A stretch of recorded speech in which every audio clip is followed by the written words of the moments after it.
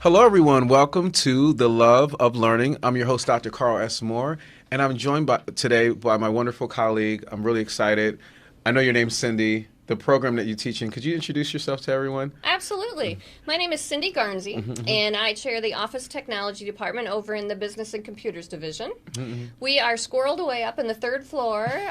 We have our own little wing up there. And we've been there for about 25 years, believe it or not. Wonderful. Well, I'm really excited because there's so much, especially this is 2022, going into 2023. We're in digital reckoning, as I call the pandemic, right? Where I think that people are paying a lot more attention to their digital literacy and their skills and their ability, and because we're relying a lot more on applications, computers, et cetera. So when the idea came of you being on the show, I'm like, I'm really excited. I'm going to try to stick to the script and not talk about all the things that I that I know we can talk about. But if you can tell us a little bit more about yourself. So we know the program that you teach in. How long you've been teaching here, and just anything else that might be good to know about you as a faculty member here. Well, sure. As a faculty member, I actually started over at the Eckerd Business Center. About 12 years ago, I was hired as an adjunct teaching the computer concepts courses over there. Oh, computer concepts. And we did a lot of the 1 week classes that Con Ed teaches over there, which is great. So I kind of got my foot in the door over there. We had recently moved from Kansas, of all places. I am a military spouse. Okay. My husband retired recently, Lieutenant Colonel of the Army. And so I've had the opportunity to work in a lot of different places, being a dependent spouse with military. So it's really been kind of fun to finally land here at HCC. But before that, it was a couple four-year institutions. It was a technical school. It was another community college. And I can say that I'm very, very happy to have landed right here at HCC. It's got the best of everything, and I've been here almost 12 years. Wonderful. And so the programs that you teach in, students can complete a course, a credential, or an AA. Can you tell us a little bit more about like the different offerings that a student can complete in your area? Absolutely. We're a little bit different. I want to put that out there. We're not your typical program, as you will. We get a lot of students who are coming in just to upgrade their computer skills. They aren't interested in a degree, so they want to come in, get their skills, and move out to either maybe improve their current job situation or promotion, things like that. Then we have a little bit more of a traditional student who wants to do that program. And where we focus in Office Technology is really digital competency. Digital competency. So we're talking about Microsoft Office products, all the way our big ticket ones, of course, Excel, spreadsheets, and Word, and Outlook, and PowerPoint, and Access Database. And we also offer some courses in HTML, which is a beginning coding program. Wonderful prerequisite for our computer science degrees. And a lot of people don't realize that some of the other courses we offer have to do with the healthcare documentation. That is a really big thing going on right now, right, with all the hospital records, things like that. So we're offering a certification in that and transcription of medical records and a little bit of pharmacology, a little bit of medical terminology, all from the viewpoint of the not necessarily the office, but all that administrative stuff that has to happen in just about any career that you need. You can get that information in Office Technology. And so I love the applicability or the usefulness of all of those competencies across the board, from the president's office to the cafeteria, anywhere. There is, especially nowadays, people can use I can't find an area of a campus that couldn't use upskilling or some type of a reskilling and benefit from your offerings. It becomes like, is the interest there in terms of folks just beating down your door for the program in terms of being educated in such a way? Because it seems like everyone should, even professional development wise, everyone should be. I know I'm preaching to the choir, but it's such a essential. There are such essential competencies in essential areas for that you teach. And yeah, we really have. Of course, COVID, we're still feeling a little bit of that COVID coming back. But we have had an increase in our Excel and our productivity software since COVID. So those classes are filling really well. So Excel and productivity. Excel and Word and PowerPoint, those are really popular. Those are coming back in. And our other classes are doing pretty well also, but we're still not quite to the levels of pre-COVID. But I'm very excited about some programs that we're pulling together that I think are going to bring in some students. Very exciting. Yeah, and per this show, because Absolutely. it's 100% needed. So those of you who are watching, everyone needs to be able to use Microsoft applications. It's kind of a thing. So if I'm a student, just as I've learned this from you in this first few minutes, I can come here to upskill. Yep. I can also come to be more digitally competent in a wide range of suite of Microsoft applications. And then what would I do next? Is it helping me just in the job for some students? And if I were to transfer, are there students who actually complete a program in your area and then actually transfer? And then what are the kind of pathways that would happen after that for those students who are interested in that? Sure. I love that question because it's really a diverse answer. So if we have somebody come in who wants to have just get their updated skills, we have been so blessed with a Perkins grant for the last 2 years. And we wrote this Perkins grant that allows anybody who enrolls in our classes to sit for an industry certification in Microsoft Office productivity software. So if you come in and take one of our particular classes like Excel, at the end of that one semester, you're going to sit down and you're going to take this certification. And you're going to take that back, put it on your resume, get the next level of your job if you want. Or you continue with us and you come and you take the next level and then you recertify and hopefully at a higher level.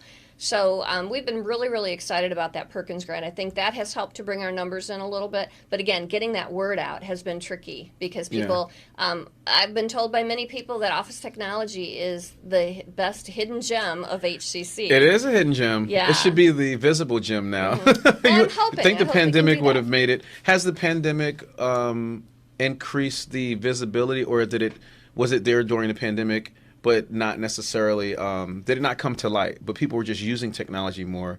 Did it equate to them wanting to become more skilled in it? Or Yeah, very much so. Especially, consider people, even here on campus, that one day we're doing our thing, and the next day they're being asked to understand how to use Zoom, understand how to have that interactivity with people in a virtual environment. People don't know the rules. People didn't know, the best practices or even just how to make it work. And thankfully, Office Technology had been using Zoom for probably 3 years before the pandemic, and that kind of helped us to be the person who helped others, which was nice. Yeah, because you're ahead of the curve already. We'd like to think we were, and we were able to then help some of the areas on campus kind of get up to speed on Zoom. And our students had already been working a little bit virtually, but obviously the pandemic just blasted our Zoom rooms very much and had a lot more activity with them. Wow, so you've been using Zoom and then what would you say is so if I'm a student and you mentioned digital literacy or competency, we'll maybe even go further with that. What would you say is the digital competency? How would you describe being a digitally competent, or to the degree that a person would need to be in this day and age? Right. We have a class, and it is a general education class. It's called CMSY, which stands for Computer Systems 110. Okay. And what this class does talks about your digital footprint. And it takes you from the very beginning as to, what is your footprint and how are you going to manage that footprint, to parts of the computer, to how you're working with your application software, and then also ends up with a research project on emerging technology that's out there. So by the time you're finished with that class, you're going to have hit all those basic skills that you need to say, I am computer literate, number one, I can work with these programs, and I understand the ethical impact of my digital footprint. That's huge, yeah. So that part, incorporating that kind of socially conscious part of it is huge. The digital footprint, the sustainability element, the environmental kind of. Yep. Is that something that runs as a thread across any other courses, or once they get that, they kind of carry that with them through the other courses? Well, we're hoping. Now, keep in mind that some people, our CMSY 110 course is part of the general education curriculum, and so we're getting lots of over 22 programs on the campus have CMSY 110 as part of their requirement. And some of our other classes are more one credit, and they work with our certificate programs. So a lot of times you're going to have different clientele taking those classes. We do have a brand new program, though, that just launched this fall, and it's workplace technologies. Yeah. Yep, and that's one we've had a lot of inquiries on, and that one does take the 110 so that we get a little of that ethic, the whole idea of what responsibilities does someone have who uses technology, and then we focus on the actual which buttons you're going to push to get it to do what you want it to do. Very exciting. So yeah, that workplace technology, I could imagine, this show, we are, audiences, of course, the entire community. So if it's like a parent or a guardian or someone who has a student come to HTC, but it could be a supervisor out there.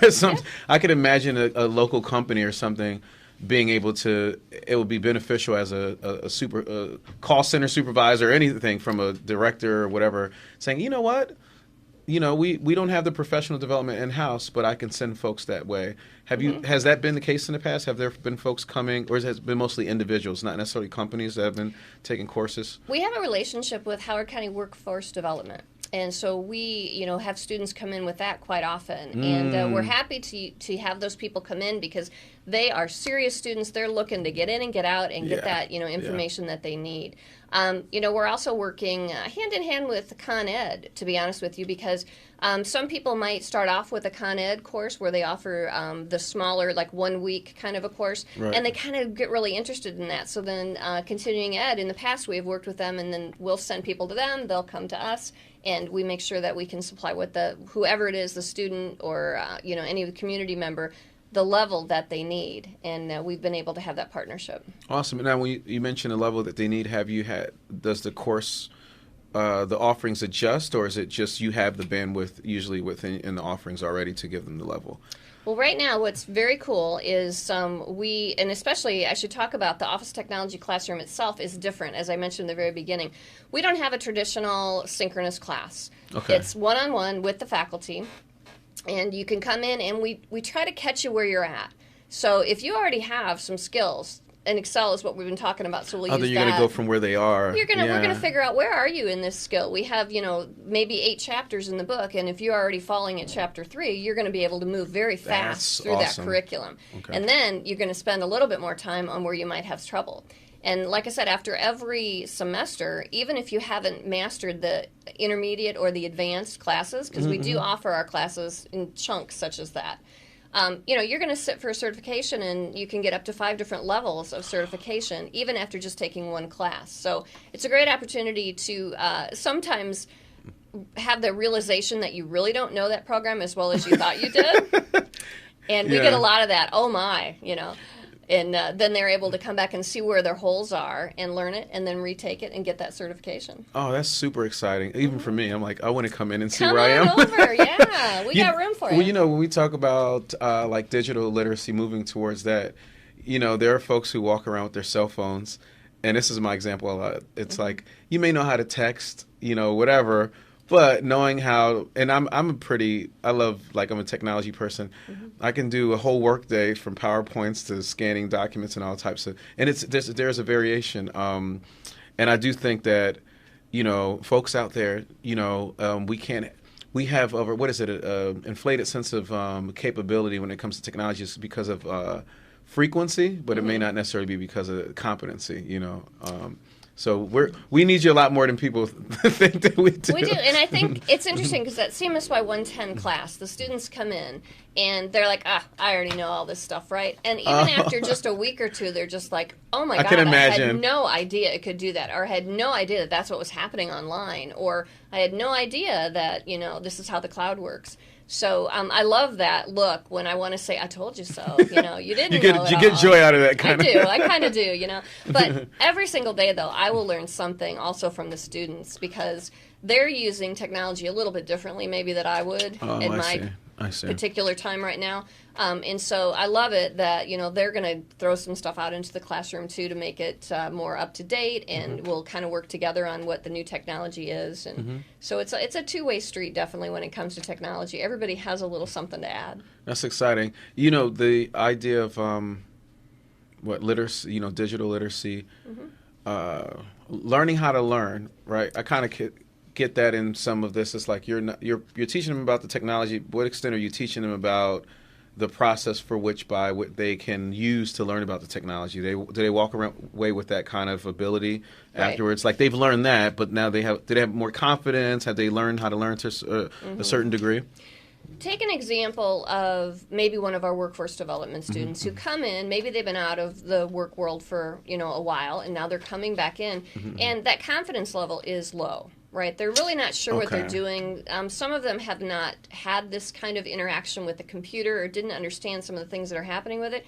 After a couple weeks of understanding that, first of all, they're not going to break it, right? Because people are afraid to touch it sometimes because they're afraid they're going to break it. And that limits the learning room, the fear part. Yeah. So we try to take that away by having our wonderful classroom that we have over in Duncan Hall on the third floor is, 45 state-of-the-art computers with dual monitors. Come over to us and mess with our machines so you don't have to worry about your own. And, once they get past that first couple weeks, they're happy, they're understanding that the potential that they have once they get that basic fear out of the way, and then they keep coming back for more. Wow. So I know there are some unique programs, typing applications. So what are some unique things that students learn or aspects of the learning in any given classroom? Like one of those pieces, you said motivation or increased confidence. Are there other elements? Like what else are they learning? It could be the content, but just kind of beyond the content in some of the courses that you teach. What I find is that once they start seeing the technology and how it's used, one of the other components of our classes we're talking about is careers, right? We're saying, okay, you can do a spreadsheet, but what is that going to do for you other than, self-satisfaction that you figured out the answer, right? But these are kind of things that could really lead into a potential employee that in a different job. So we're looking at, if you know spreadsheets, it's great. You're going to get an A in the class, but what are you going to do with that? And then we explore many different particular careers that are out there. Data analytics is a big buzzword, right? We have been really excited about partnering with the business department within the Buco division, and we have launched. Within the last year, we've launched the Business Data Analytics Certificate. And Office Technology has one of the courses in there called CMSY 208, and it's digital visualization. All those dashboards that you see with all the different visuals and charts and stuff like that. Our course teaches people how to do those particular pictures and stuff. And then that feeds into their program. So shout out to business. For the accounting part of it and the whole data analysis components that go with that particular certificate. Wow. So we're very proud to have that partnership with Linda Mercurio, who's the chair of the business department. And we get students enrolling that class. Was a little bit slow to start, but we've got pretty good enrollment in that now, and even looking pretty good for the spring. So that's awesome. That's a really great example. Yeah. Wow. So what is... There's so much that I would like to ask, and I want to go in order. What is it that you love about the courses that you teach in the program? And then what would you say the students would say that they love? Like, and it may be the same, it may be different, but what is it? What brings you that kind of like, hey, because you could be doing other things. I could definitely, and I try to do other things too. Right. I try not to do the whole work 24/7, right? Yes, indeed. But I think if you're referring to like the love of learning, right, which is the whole idea of your podcast here, I think when you learn something new, it inspires you to do other things, right? So if here's an example of right now, I am learning how to paint stained glass, which is very much different than my everyday gig, right? And so I learn something new, and I get inspired, and I think about all these other cool things that I can do. And then somehow it always comes back to the computer for me. And so then I'm thinking, well, if I can do this here, how could I do it on the computer?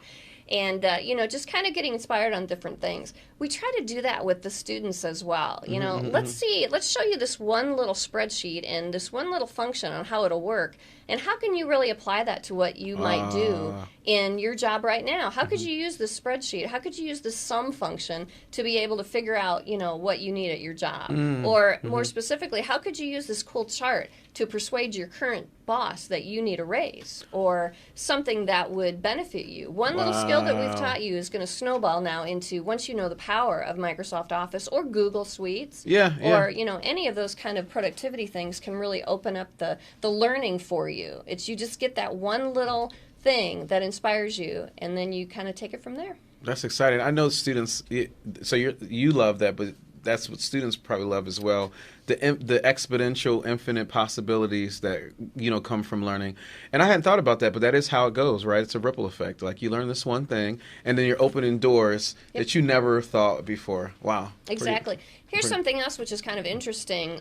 If you look at how one thing leads to another when it comes to technology, I went to college. Right out of college, I went and taught high school. So I taught high school English. Had nothing to do with computers. And I won't say the year, but it was a while ago. And in the scenario of my dad was really into computers and radios and stuff like that. So all through high school and all through college, we kind of fiddled around with, I'm sure you may remember the Commodore 64 computer. So we would fiddle around with that. And because of my interactions with my dad on that, I kind of got a little bit of an interest in computers, right? So then I go to college and I'm teaching school, and that's when computers were just getting into the classrooms, right? And so I was in that position to say, hey, let me see what I can do with that. And then the next thing you know, computers are in every classroom, and we're getting closer to where we are today. Amazing. How and that's the what is it? The Commodore? I know the Commodore 64. The 64 and then from now to yeah, we're walking around now with way more than what a Commodore 64 had. Oh goodness, these many computers. There's this the thing that excites me about this topic or subject area is it's a concept. I don't know if it's called Moore's Law. It's like is that your law personally? No, it's not mine. Okay. I could want to coin you might want to think about that. Where it's like things don't just double, they kind of compound. So it's like double, then it quadruple. Oh, okay. So the interesting thing about technology, and this is leading up to a question, it's growing so fast, and the faster it goes, the faster it goes. So the question is, how do you keep up, and what would you? And of course, in a program like yours, that whole learning how to learn, that helps a little bit. But how do you keep up with, in terms of your trade and your profession, knowing things are just so fast, and as soon as you get something, because I think that sometimes keeps people from, it kind of it demotivates some folks. So Right. what would you say to that in terms of like how do you stay kind of things are just so much every day. There's like 1,000 new things. Yeah, and that's a really good point, because the quote I always think about is technology waits for no one. You know, if you want to play in this world we have right now, and you want to be actively involved in this, your community, your world, whatever, you have to stay on top of technology. And I am just constantly reading a lot of stuff. I'm always interested in, podcasts such as this and other things. So I've kind of always got something going on in the background when I'm trying to learn some new things. Computers is kind of a family thing. My husband is in cybersecurity, so we get some of the conversations that we have intrigues more questions to me, so then I'll go off and learn about that. And again, we have a wonderful staff here at HCC. If I have any question about cyber or any computer concepts or anything like that, we'll reach out within our BUCO faculty and even outside of that, and we get wonderful information. Yeah, that's really exciting. And we do have it is such a wonderful place, and knowing that you have kind of learned how to learn and you're passionate about it and you have that flow, I know that impacts your students, because you can't teach, or you can't fake like a passion. And then it doesn't work. It must be inspiring to them that you're like, oh, okay, look how excited she is about it. I can do it. So, would you say that your students could leave with a increased kind of like? Remember, you mentioned confidence earlier. At least that's kind of what increased confidence and desire to learn more about. Do you see folks that came in technology averse leaving with that? Hey, I'm on the path. Like, how does that usually happen when that happens to students for you? Yeah, I can think of several students that pop into my mind that have come in and have been frightened of it. They've gone in, they've got their confidence, and now they're asking me, well, what is the next class I should take? What's the next thing that I should be learning? Okay. And they're ready to go for that next thing. And we actually in Office Technology have had several of our past students come back and tutor with us and help our students in there. So to be able to come from that not knowing anything and to be able to actually show other people how to do it is inspiring to me, that they're interested in doing that. And I think as a face-to-face instructor, of course, we all did different kind of deployments over the last couple of years, but my favorite, of course, is the face-to-face. And that way you can really get in there and show that excitement that you have for that That energy, spreadsheet, yeah, you know? yeah. I mean, I'm up there dancing for the spreadsheet, and they're getting into it too after a while. You know, they're Are we really doing a dance, a happy dance for the I'm spreadsheet? doing a little happy dance. I'm like, you know, it's just getting that inspiration to them to understand that it doesn't have to be boring. It can be fun, but you're actually going to learn something that's going to move you forward. And I'm hoping that, you know, that they're going to be able to continue that in whatever subject they want. But I've at least gotten them started. Yeah, and that's exciting to that energy and that passion and how many lives you change, because then that person goes and there's somebody else that they know, and then it's a whole ripple effect. So that's what our hope is. The whole inspiration. I mean, it's why we try to teach, right? We enjoy doing that. We enjoy learning, but we also want to try to, you know, give them a reason for coming to class. You know, get them excited about the topic and get them thinking about maybe some things that they weren't thinking about before, which will then hopefully inspire them to keep learning. Yeah, you know, there's a this is really awesome to hear. You know, so my trade, I'm a learning scientist, so I study like the mind and how to put like instructional design, all of the teaching and learning by trade. And there's this kind of newer theory that people are focusing on now. It's called state of learning. So it's like how nourished you are, how happy you are, the whole brain-body connection in terms of how it impacts your learning. But what's interesting is that, and in the Universal Design for Learning, we talk about like being happy or having someone tend to your emotions and you be more interested. But it's interesting because you're really kind of incorporating that. You're impacting their state, the state that they're in, you know, the mental state, emotional state, and deeper learning occurs, you know, when you actually, and it's one of those things that you have those professors that you feel good, you learn more, and now there's like, I'm so happy that there's data, but I'm like, I didn't need research to show me, that, you know, that really helps the learner. So that's very, very exciting. Yeah, we're really trying, you know, actively learning in the classroom is so much more fun than reading a PowerPoint, right? 100%, so, you know, even with computers, you can still do that kind of stuff. And so even in our online virtual classes, we're really trying to, you know, get people actively involved in the class. And we've had very good success with that. That's really exciting. So this is my second to last question for you, because we've been having a really good conversation, and most of what my scripted stuff is kind of like note cards, I'll throw them. Yeah, I noticed that, but that's okay. It's all good. Can you comment on the necessity or the criticality or the essential, how essential being digitally literate is right now in 2022? I mean, you're the best person out of all these thousands of people on campus. You're the best person to ask this question, because I really do think that when we're talking about your program and courses and degree offerings, it really does come down to, in some ways, to being digitally literate, digitally competent, but then just literacy in general. How essential is that right now at this day and age, regardless of one person's major or what career they want to go into? Yeah, there is no question that you must be digitally literate in this class, in this world. Everything's a class to me, because not only so that you can type the letter or you can compute the spreadsheet, but because of the security that is out there and the need for understanding I keep using that term digital footprint, but that's really wherever you step on the computers. Even if you're not using the productivity stuff that we're talking about, you're still online, you're still on your phone, you're still doing social media, you're doing all these things. And if you don't truly understand how that's happening and where it's going, you are going to run into trouble with possible security breaches and everything that comes with that. So that's why, even though we're pushing the productivity, you know, learn how to be more productive, learn how to do all these wonderful applications, the main underlying for every single one of those courses is be a secured digital citizen. And that's what's really, I think, the most important part of everything that we're teaching, because we're still talking in Excel, we're talking about how do you secure your spreadsheets, when you're sharing all these things with OneDrive, with Google Drive, with all these things. Many components that a lot of people aren't thinking about. Wow, that's it. And you just I was sending shockwaves through me. I'm like, okay, I need to take a few classes.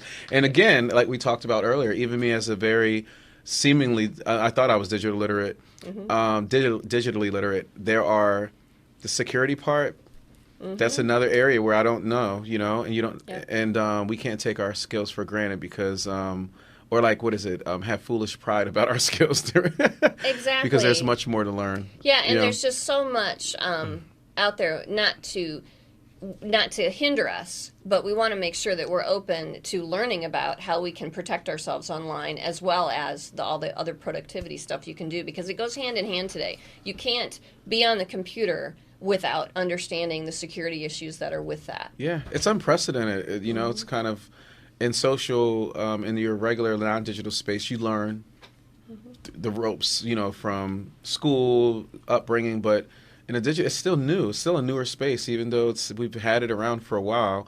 It's still new. So wow, pretty amazing. So and looking at the and thinking about folks who are watching the show, it's very apparent to me, like regardless of who you are and what you do, we can use being more digitally literate in different ways. And but yet there are particular. If you don't take a class, there's a degree program, and there are offerings that you have that can kind of meet the needs of different stakeholders, right, or different students. Yep. What would you say about your program? Any last words to share about your program, or anything that you were not able to cover during our time together? Because I've learned lots. Well, like I said, we have a lot of partnerships with other parts of the college. We've got partnerships with the Howard County Workforce Development. And I think what I would like to stress the most is we have fun in office technology. You know, we want the students to know that if they come in or take a class virtually, we're going to give them the skills that they need, but we're also going to make it in an environment that really they're going to cool. want to come back. They're going to want to understand what we're doing. It doesn't have to be all the drudgery of, you know, what some people would think in a classroom. We try to have that whole reason you're learning something new is to inspire yourself, right? So we want to inspire you to learn it in a fun way that will really stick, and that you can then, you know, use it down the road, because our ultimate goal here at HCC is to get people moving forward, transferring, or getting a job. And if we can get there in a fun manner and give you the skills that you need, I think that's a win-win. That's exciting. And that's very, very exciting. And I really do appreciate you coming and sharing. You can see the level of expertise, the passion, and then also the heart and the fun. The fun is a really important piece because that motivates learners. And just want to thank you for joining the show today. And this was the love of learning. And I'm so thankful for being at such a wonderful institution, working with folks like Cindy that are really making learning fun and really helping advance our community. So thank you, and we will see you next time.